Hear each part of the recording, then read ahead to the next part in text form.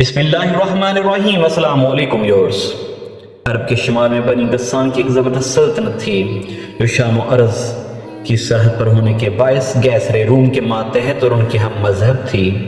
شہر تبوک کے قریب پرانا عالی شان شہر بلقا اس کا مرکز حکومت تھا، اور یہ خاندان جفنا نامی کسی پرانے مورث کی نسبت سے آل جفنا کہلاتا تھا۔ اس ملک کا آخری تاجدار جبلہ بن احم تھا، جس کے دادا حارث اعرج کی شجاعت اور اس کی دادی ماریا ذات القرتین دو آویزوں والی کی خوش رضائی سارے عرب میں مشہور تھی۔ جبلہ نے جب دیکھا کہ سارے عرب قبائل نے اسلام کے آگے سر جھکا دیا ہے اور کل شرفائے عرب مسلمان ہو چکے ہیں، اور حجاز کی دینی حکومت کی سطوت ایران اور روم کی صدیوں کی عظمت و جبروت کو پائمال کیے ڈالتی ہے، تو خود ہی دین اسلام قبول کرنے پر آمادہ ہو گیا۔ مسند خلافت پر اس وقت حضرت عمر فاروق رضی اللہ عنہ جلوہ افروز تھے۔ عمر رضی اللہ عنہ کے روب سے سلاطین کانپ رہے تھے۔ اس نے حضرت عمر رضی اللہ عنہ کو اپنے ارادے کی خبر کی اور لکھا، میں چاہتا ہوں کہ بذات خود مدینہ حاضر ہو کر نبی آخر الزمان پر ایمان لاؤں۔ اہل مدینہ کے لیے یہ ایک بہت بڑا مجدہ تھا، کیونکہ فرما روائے بنی غسان تاجدار بلقا کے ایمان لانے کی جتنی خوشی ہو سکتی تھی وہ نہ قیصر روم کے قبول اسلام پر ہو سکتی تھی، نہ ہی کسریٰ کے قبول اسلام پر۔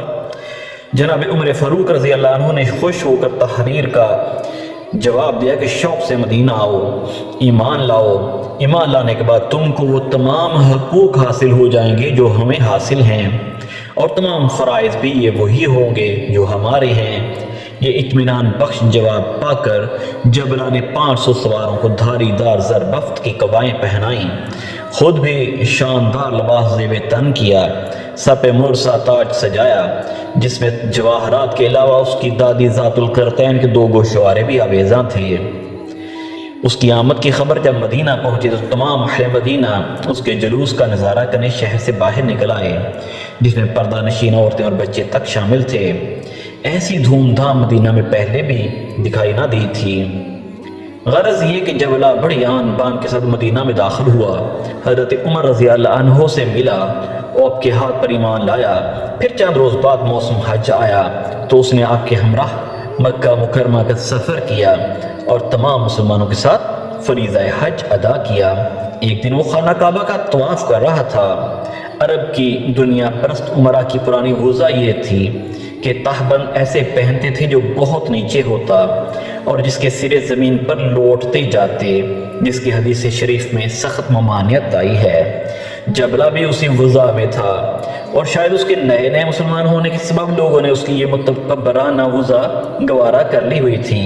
اتفاقاً اس وقت بنی فزارہ کا ایک شخص بھی طواف میں مصروف تھا۔ اس کا پاؤں زمین پر لوٹتے تہبند کے کونے میں پڑ گیا۔ ساتھ ہی جبلہ نے قدم آگے بڑھایا تو ازار کھل گئی۔ اس جیسا مغرور فرماروا بھلا اس کتاب کہاں لا سکتا تھا؟ اس نے فزاری کے منہ پر ایسا زوردار تماچا رسید کیا کہ ناک کا پانسا پھٹ گیا اور خون بہنے لگا۔ فزاری نے آ کر حضرت عمر رضی اللہ عنہ سے شکایت کی کہ آپ کے دربار میں انصاف کا طالب ہوں۔ آپ نے آدمی بھیج کر جبلہ سے دریافت کیا کہ تم نے اس بے گناہ شخص کو تھپڑ کیوں مارا؟ اس نے کہا، اس نے بڑی گستاخی کی جو میرے تہبند پر پاؤں رکھ دیا اور وہ کھل گیا۔ اگر میں کعبہ میں موجود نہ ہوتا تو اس گستاخی پر اس کا سر اڑا دیتا۔ حضرت عمر فاروق رضی اللہ عنہ نے فرمایا کہ خیر جو کچھ بھی ہوا ہے تم نے اپنا یہ جرم قبول کیا ہے، تم نے اسے تھپڑ مارا ہے، اب یا تو اسے راضی کرو ورنہ احکام شریعت اس فزاری کو اجازت دوں گا کہ وہ بھی تمہیں ویسے ہی تھپڑ مارے۔ اس وقت جبلہ کو حیرت ہوئی کہ مجھ سے قصاص؟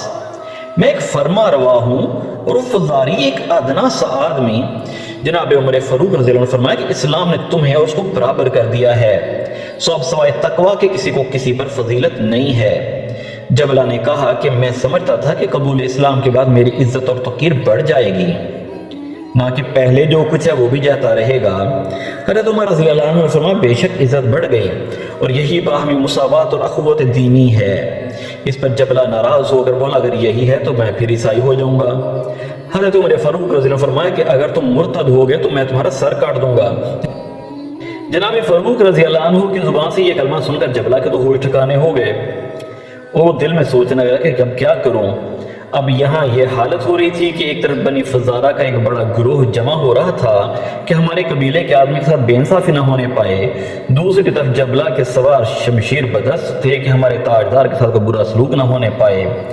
آخر جبلہ نے حضرت عمر فاروق رضی اللہ عنہ سے کہا کہ مجھے سوچنے کے لیے کل تک کی مہلت دے دیجئے، جو کچھ مناسب ہوگا کل کروں گا۔ آپ نے اس کی بات منظور کر لی، پر جب رات کی تاریکی چھا گئی تو جبلہ اپنے تمام ہمراہیوں سمیت مکہ سے بھاگ کھڑا ہوا۔ وہ ایسا خوفزدہ اور ہراساں تھا کہ اپنے ملک غسان پہنچ کر وہاں رکنے کی بجائے سیدھا قسطنطنیہ جا پہنچا، جہاں اس نے کیسر روم ہرقل سے ملاقات کی۔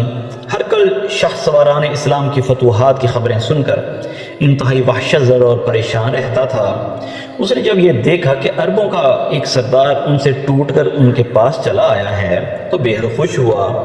اس نے جبلہ کی بے حد قدر و منزلت کی اور بڑی عزت و تکریم سے پیش آیا، پھر اسے ایک بہت بڑی جاگیر دی تاکہ اطمینان اور شان و شوکت کے ساتھ زندگی بسر کر لے۔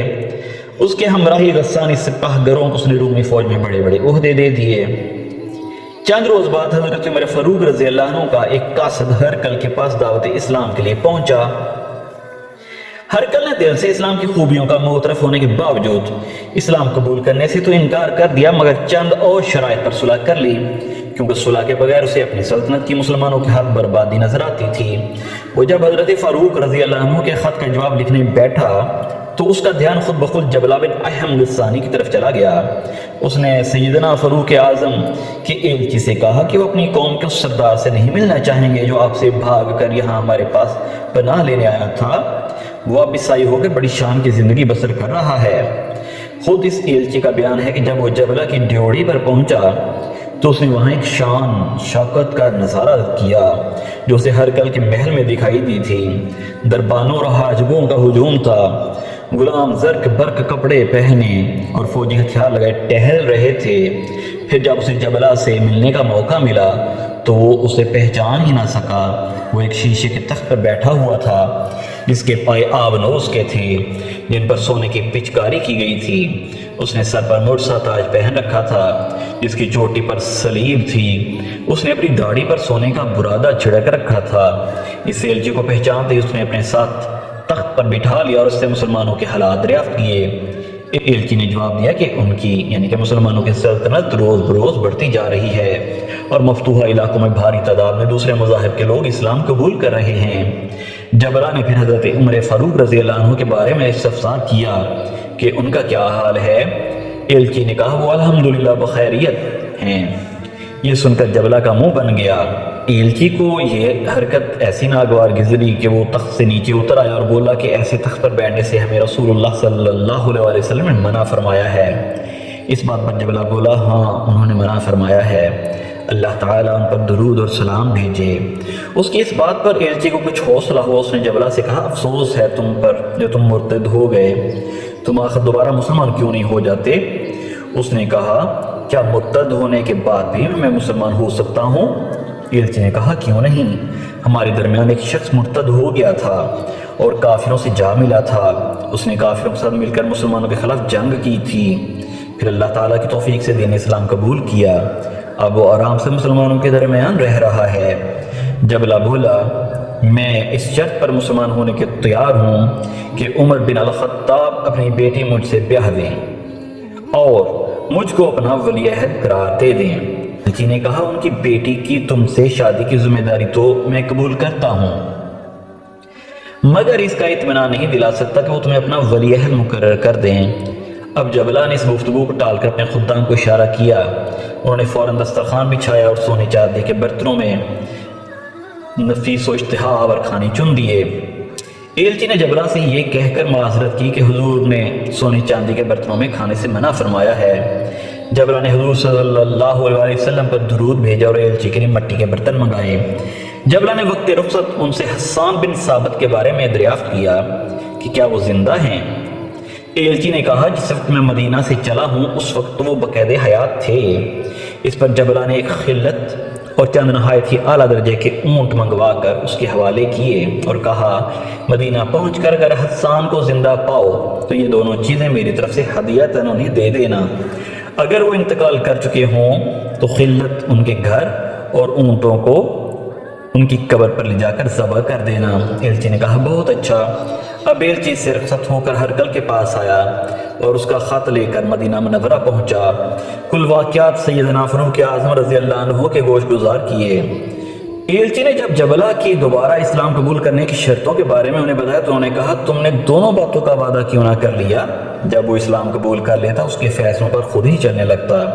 پھر جب ایلچی نے جبلہ کے حضرت حسان بن ثابت کے لیے پیغام بھیجے گئے ہدیوں کا تذکرہ کیا تو سیدنا فاروق رضی اللہ عنہ نے فوراً آدمی بھیج کر انہیں وہاں بلوا لیا۔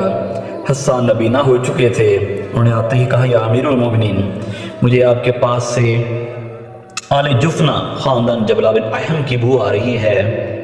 حضرت فاروق رضی اللہ عنہ نے کہا ہاں یہ میرا ایلچی جبلہ بن احم غسانی سے مل کر آیا ہے، اس نے اس کے ہاتھ تمہارے لیے ہدیے بھیجے ہیں۔ انہوں نے کہا وہ فیاض ہے اور فیاضوں کی نسل سے ہے۔ زمانہ جاہلیت میں نے اس کی شان میں قصیدہ کہا تھا جس پر اس نے قسم کھائی تھی کہ جب تمہارا کوئی شناسہ ملے گا تو اس کے ہاتھ میں تمہیں کوئی ہدیہ ضرور روانہ کروں گا۔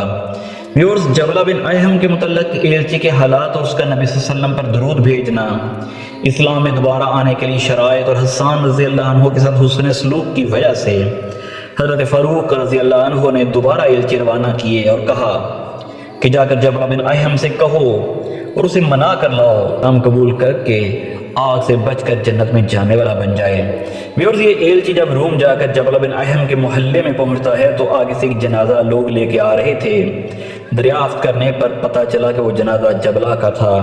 ویورز، جبلہ بن احم کی کہانی سے معلوم ہوا کہ باوجود دل کے چاہنے سے وہ عمر بھر مرتد ہی رہا۔ زندگی بھر اس کی یہ حالت رہی کہ اپنے کیے پر پچھتاتا تھا اور وطن کی صحبتوں اور عربوں کی مجلسوں کو یاد کر کے روتا تھا، لیکن دوبارہ اس کو اسلام کی دولت نصیب نہ ہو سکی، وہ مرتد ہی مارا گیا۔ اللہ تعالیٰ سے ہم شکر گزار ہیں کہ اس نے ہمیں ماں کی گود میں ہی اسلام جیسا عظیم فخر اور اسلام جیسی عظیم نعمت ہمیں عطا کی۔ اللہ تعالیٰ آپ کو اور مجھے اس نعمت کی قدر کرنے کی توفیق عطا فرمائے۔ اللہ حافظ۔